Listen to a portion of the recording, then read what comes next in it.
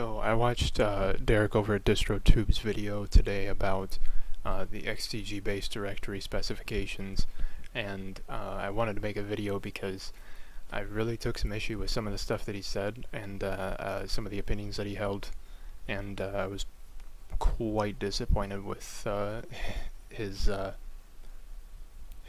viewpoints in that video. And now, don't get me wrong, I've been a fan of Derek over at DistroTube for, I don't know, 3 years. I've been on Linux for 5 to 6 years.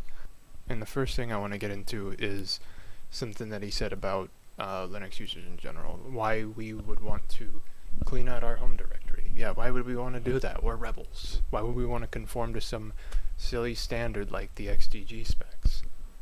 Well, I'm not on Linux because I'm a rebel, and I really hope most people aren't either. Maybe that's the reason we came to Linux, but it's not the reason I stayed, and I hope it's not the reason you all stayed. I stayed because it's free and open source, and it's just a better operating system. And to hear Derek talk about it like we're just here because we're rebels, I feel like that just permeates the whole stigma about Linux users are just trying to be difficult, they're trying to be different, they're just doing it because they're non-conformant. I'm not doing this because I'm non-conformant. I'm doing it because it's better. And I really hope that's how most of you view this. And the second thing I want to get into is to clear up maybe some of the misconceptions about why some people are so adamant about following the XDG standards. And it seems like he has an idea that we're just conforming to the spec for the sake of conformity, that we're just...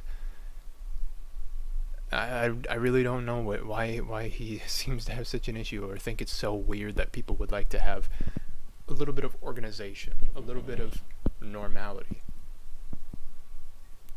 Even so far as just giving us the option with programs to change where config folder, cache folder, things like that are located.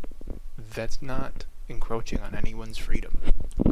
And if anything, that's giving them more freedom.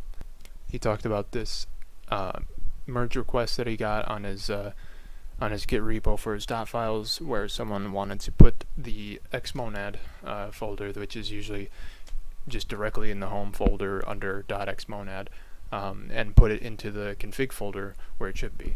And obviously that's not where xmonad plans for it to be, and that's one thing that's always confused me. The xmonad's been around for a long time, yes. Legacy's not a reason to keep it there.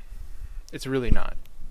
And there's also not really a reason why xmonad can't search both locations. Why I can't search .xmonad or .config xmonad.